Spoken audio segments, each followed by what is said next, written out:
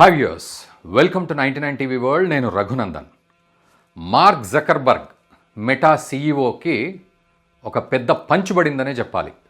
అసలు అక్కడ senator loss ఏంజలస్లో ఒక కోర్టుకు హాజరయ్యారు ఆయన ట్రయల్కి. ఆ కోర్టులో జాన్ హాలే అనే ఒక సెనేటరు తోలు తీసిపడేశాడు మార్క్ జకర్బర్గ్ది. ఎస్, ఇది నిజం, ఇలా చీల్చి చెండాడని చెప్పాలి. అక్కడ ఉన్న వాళ్ళు చప్పట్లు కొట్టారు నిజానికి ఆయన మాట్లాడిన తీరుకి, ఆ సెనేటర్ మాట్లాడిన తీరుకి.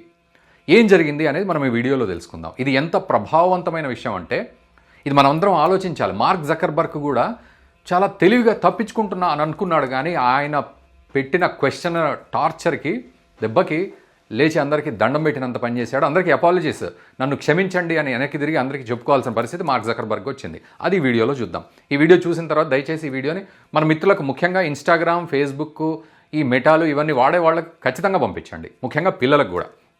అయితే వాస్తవానికి కొంతమంది తల్లిదండ్రులు ఈ ఇన్స్టాగ్రామ్ వల్ల, ఎఫ్బీ వల్ల చాలా ఇబ్బందులు పడ్డారు. నిజానికి జరిగిన బ్యాక్ స్టోరీ ఏంటంటే వాళ్ళంతా ఇబ్బందులు పడి, చిన్నపిల్లలు కూడా ఇబ్బందులు పడుతూ ఉంటే, వాళ్ళు బాగా ఇన్ఫ్లుయెన్స్ అవుతూ ఉంటే తట్టుకోలేక వాళ్ళకి జరిగిన నష్టం. కొంతమందికి సూసైడల్ సిమ్టమ్స్ వచ్చినాయి ఇన్స్టాగ్రామ్ వాడితే, కొంతమందికి డిప్రెషన్లోకి వెళ్ళిపోయారు ఇన్స్టాగ్రామ్, ఫేస్బుక్ వాడితే. వాళ్ళు ఏం చేశారంటే చాలా నష్టపోయి, కొంతమందికి సూసైడల్ అంటే చనిపోయారు. ఇంకా మనకు ఆ డీటెయిల్స్ తెలియదు, ఎవరు చనిపోయారు, ఎవరు డిప్రెషన్లోకి పోయారు, ఎవరు సూసైడల్ సిమ్టమ్స్తో బాధపడ్డారు అనేది. చాలామంది ఉన్నారు దాంట్లో. వాళ్ళంతా ఏం చేశారు, కోర్టుకి ఎక్కారు ఈ సోషల్ మీడియా ప్లాట్ఫామ్స్ మీద. ఇదంతా అమెరికాలో జరిగింది. ఈ సోషల్ మీడియా ప్లాట్ఫామ్స్ మమ్మల్ని టార్చర్ పెడుతున్నాయి, ఇలా హర్రాస్ చేస్తున్నాయి అని చెప్పి. అయితే ఇవేమి పట్టనట్టు ట్రయల్కి వచ్చేసాడు మార్క్ జకర్బర్గ్. వచ్చి నిలబడ్డాడు. ఆ సెనేటర్ అడిగిన తీరు మాత్రం అసలు అద్భుతమైన తీరు. ఆయన ఏమన్నాడంటే, నువ్వు కనిపెట్టిన ఇన్స్టాగ్రామ్ పిల్లల మీద ప్రభావం చూపెడుతుందా, వాళ్ళ హెల్త్ మీద ప్రభావం చూపెడుతుందా అంటే, మార్క్ జకర్బర్గ్ ఇతను ఎలా ఉంటాడంటే ఒక రోబోట్ లాగా కనబడతాడు. ఆ హెయిర్ స్టైలు, ఆ తెల్లటి మొహము, ఆ ముక్కు అవన్నీ కలిపి ఒక రోబోట్ లాగా చాలా నర్వస్గా కనబడుతూ ఉంటాడు. ఆయన ఆన్సర్ కూడా అట్లాగే చెప్తాడు. ఒకానొక సందర్భంలో ఒక ఇంటర్వ్యూలో 2010 ఆ టైంలో 2014 సంథింగ్, సబ్జెక్టు కరెక్షన్, ఒక ఇంటర్వ్యూలో కూడా ఆయనకు చెమటలు పట్టేశాయి ఒక యాంకర్ అడిగిన ప్రశ్నలకి. అదేదో భయానికి కాదు, అతను అలా ప్యానిక్ అవుతాడు, కొంచెం ఇంట్రోవర్ట్గా ఉంటాడు. సో ఇక్కడ కూడా ప్యానిక్ అయిపోయి చెప్పలేకపోతున్నాడు. ఏదో చెప్తున్నాడు, మేము ఫేస్బుక్ ప్లాట్ఫామ్ని సంథింగ్ కన్స్ట్రక్షన్ కోసం మేము ఇలా అని ఏదో చెప్తా ఉంటే ఆ సెనేటర్ ఒకటే క్వశ్చన్, ఇది ప్రభావం చూపెట్టిందా లేదా, దానికి సమాధానం చెప్పండి అని. ఈయన ఏదో చెప్తాడు, మళ్ళీ చూపెట్టిందా లేదా సమాధానం చెప్పండి అంటాడు. ఏమో నా దగ్గర ప్రూఫ్ ఏం లేదు, వాళ్ళ మెంటల్ హెల్త్ మీద ఈ సోషల్ మీడియా ప్రభావం చూపెట్టిందనే దానికి నా దగ్గర ప్రూఫ్ ఏం లేదన్నాడు. దెబ్బకి సెనేటర్కి మండుకొచ్చింది. నాన్ సెన్స్, నీ వెనకెవరున్నారో చూడు ఒక్కసారి. వాళ్ళంతా కూడా ఆ ప్రభావం పడ్డవాళ్లే. ఆ పడ్డవాళ్ళ పిల్లలు ఉన్నారు దాంట్లో. కొంతమంది డిప్రెషన్లో ఉన్నారు, కొంతమంది పోయారు కూడా. అట్లాంటి వాళ్ళు నీ వెనక ఉన్నారు. వాళ్లకు నువ్వేమీ హాని చేయలేదా అంటే నేను చేయలేదని చెప్తున్నాడు. నువ్వు చేయలేదా అంటే నేను చేయలేదని చెప్తున్నాడు. అట్లాంటి పరిస్థితి.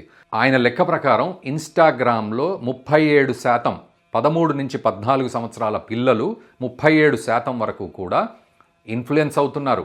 వాళ్ళ హెల్త్ ఇష్యూస్ వస్తూ ఉన్నాయి. ఏ రకంగా ఫోర్స్డ్గా నేకెడ్ కంటెంట్ని చూడాల్సి వస్తుంది. వాళ్ళు నగ్నంగా ఉన్న కంటెంట్ని, సెమీన్యూడ్ కంటెంట్, నేకెడ్ కంటెంట్ని చూడాల్సి వస్తుంది పిల్లలు. 13 to 14 years of age. 37% effect పడుతోంది వాళ్ళ మీద, 37% ఆఫ్ పీపుల్ మీద అనేది లెక్కబెట్టి మరీ చెప్తున్నాడు ఆ సెనేటర్. జకర్బర్గ్ అలా ఏం లేదని చెప్పి తప్పించుకునే ప్రయత్నం చేస్తే తిట్టేసి, నాన్ సెన్స్, నువ్వు కోట్లు సంపాదిస్తున్నావు పిల్లల వాటి మీద, వాళ్ళ యొక్క ఎమోషన్స్ మీద, ఫ్యామిలీస్ ఎమోషన్స్ మీద, నీకు తెలియట్లేదు, కోట్లు సంపాదిస్తున్నావు, కనీసం ఒక్క కంపెన్సేషన్ ఫండ్ అన్న పెట్టావా నువ్వు వాళ్ళ కోసం? ఒక్కసారి వెనక్కి తిరిగి చూడు, వాళ్ళంతా ఎంత బాధపడుతున్నారో, వాళ్ళ పిల్లల విషయంలో ఎంత బాధపడుతున్నారో అని తిడితే వెనక్కి తిరిగి అందరికీ కూడా అపాలజీస్ జకర్బర్గ్ చెప్తున్నాడు.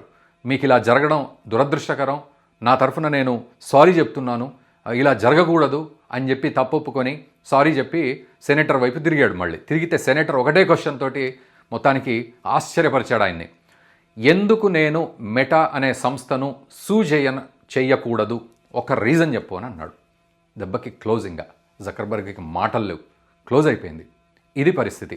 ఇది లాస్ ఏంజలస్లోని ఒక కోర్టు రూమ్లో జరిగిన కన్వర్జేషన్. టపా కన్వర్జేషన్ జరుగుతూ ఉంది. అసలు మామూలుగా జరగలేదు. ఆ సెనేటర్ కూడా అద్భుతంగా చప్పట్లు కొట్టారు అందరూ కూడా, ఆ పిల్లల తల్లిదండ్రులు.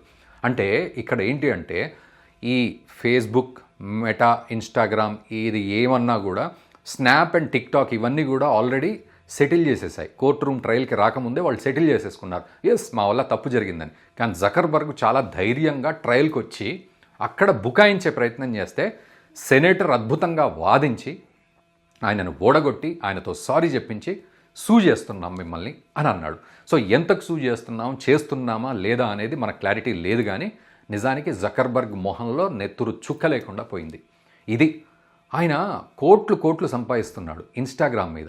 ఈరోజు మీరు చూడండి, మీ తల్లిదండ్రులు కనుక ఈ వీడియో చూస్తే దయచేసి ఇన్స్టాగ్రామ్లో జకర్బర్గ్ ఏమంటాడంటే రెస్ట్రిక్షన్ ఉంది, 13 years బిలో వాళ్ళకి యాక్సెస్ లేదు ఫేస్బుక్, ఇన్స్టా అని చెప్తున్నాడు. ఆయన బుకాయిస్తున్నాడు. మనకు తెలుసు సెల్ ఫోన్ చేతిలో ఉంటే ఖచ్చితంగా ఇన్స్టాగ్రామ్ ఈజీగా డౌన్లోడ్ చేసుకొని టిక్కు పెట్టవచ్చు. అబోవ్ 18 years అని ఏదన్నా సెట్టింగ్ ఉంటే టిక్కు పెట్టేసి లోపలికి వెళ్ళిపోవచ్చు మనం. దానికి ఏమీ రెస్ట్రిక్షన్ లేదు. ఒకవేళ ఉన్నా కూడా అది ప్రొటెక్షన్ కిందికి రావట్లేదు. అక్కడ ఏ సెల్ ఫోన్లైనా ఓపెన్ అయినప్పుడు పిల్లలు ఖచ్చితంగా మన దేశంలో ముఖ్యంగా పిల్లలు తల్లిదండ్రుల సెల్ ఫోనే వాడతారు. ఆ 13 to 14 years ఆఫ్ ఏజ్ ఉన్నారు అంటే. సో వాళ్ళు ఆటోమేటిక్గా మనం లాగిన్ అయి ఉంటాం కాబట్టి ఆ ఇన్స్టాగ్రామ్లో రకరకాల గలీజ్ కంటెంట్ అంతా కూడా చూసే పరిస్థితి. వాడు వద్దన్నా కూడా అదే కంటెంట్. మీరు ఒక్కసారి తల్లిదండ్రులు ఇప్పటివరకు ఇన్స్టాగ్రామ్ చూడకపోతే ఒక్కసారి చూడండి ఎంత వల్గారిటీ ఉంటుందో. మెంబర్షిప్స్ ఉంటాయి, చాట్స్ ఉంటాయి, తర్వాత చాలా రకాల శృంగారభరిత మాటలు, దానికి సంబంధించిన బొమ్మలు, వీళ్ళే కంటెంట్ క్రియేట్ చేస్తూ ఉంటారు శృంగారభరితంగా. ఇట్లాంటివన్నీ ఇన్స్టాగ్రామ్లో ఉంటాయి. సో చాలా దరిద్రంగా ఉంటుంది నిజం చెప్పాలంటే ఇన్స్టాగ్రామ్. ఆ సెనేటర్ అడిగింది అదే, పిల్లల మీద ప్రభావం పడట్లేదా అంటే పడట్లేదంటాడు. నిజానికి అక్కడ వెనక ఉండి కూర్చున్న తల్లిదండ్రులు ఆ పిల్లలు ఎవరంటే ఈ ఇన్స్టాగ్రామ్, ఫేస్బుక్ వల్ల బాధితులు. సుసైడల్ సిమ్టమ్స్, డిప్రెషన్లోకి వెళ్ళిపోయి కొంతమంది చనిపోయిన వాళ్ళు కూడా ఉన్నారు. వాళ్ళంతా ఉన్నారు అక్కడ. అయినా కూడా జకర్బర్గ్ కోట్లు సంపాదిస్తూ కోర్టు రూమ్లో బుకాయిస్తున్నాడు కొల్లగొట్టిన విషయంలో. ఇది జరిగిన విషయం. సో మీరు కూడా దయచేసి ఈ విషయంలో జాగ్రత్తగా ఉండాలి. ఇన్స్టాగ్రామ్ ఇవన్నీ సోషల్ మీడియా ప్లాట్ఫామ్స్ ఎంత గలీజ్గా తయారయ్యాయంటే అనుకోకుండా ఒక్క యాడ్ చూసినా, అనుకోకుండా ఒక్క వీడియో చూసినా మన బిహేవియర్ని అది బిహేవియర్గా తీసుకుని ఆల్గరిథం మనకు అదే కంటెంట్ను మళ్ళీ చుట్టూ చూపెడుతూ వస్తూ ఉంటుంది. మనకి ఇష్టం ఉండి చూసినా, ఇష్టం లేకుండా క్లిక్ చేసినా సరే అది మళ్ళీ తిరిగి అట్లాంటి వీడియోలే మనకు ప్రపోజ్ చేస్తూ ఉంటుంది, సజెస్ట్ చేస్తూ ఉంటుంది. ఇది సోషల్ మీడియాలో ఉన్న ఆల్గరిథం ఇలా చేస్తుంది. అది యూట్యూబ్ కావచ్చు, ఇన్స్టా కావచ్చు, ఎఫ్బీ కావచ్చు, వాటెవర్. సో చాలా జాగ్రత్త పడాల్సిన, మన సంస్కృతిని, మన ధర్మాన్ని, మన ప్రతి దాన్ని, మన విలువల్ని దెబ్బకొట్టే పరిస్థితి ఈరోజు ఉంది. అయినా జకర్బర్గ్ కోట్లు సంపాదిస్తూ కోర్టు రూమ్లో బుకాయిస్తూ ఉన్నాడు. దీనిపై మీరేమంటారో ఒక్కసారి కామెంట్ చేయండి. ఈ వీడియోని దయచేసి మిగతా పేరెంట్స్కి, మన మిత్రులకు కూడా షేర్ చేయండి. Thank you very much.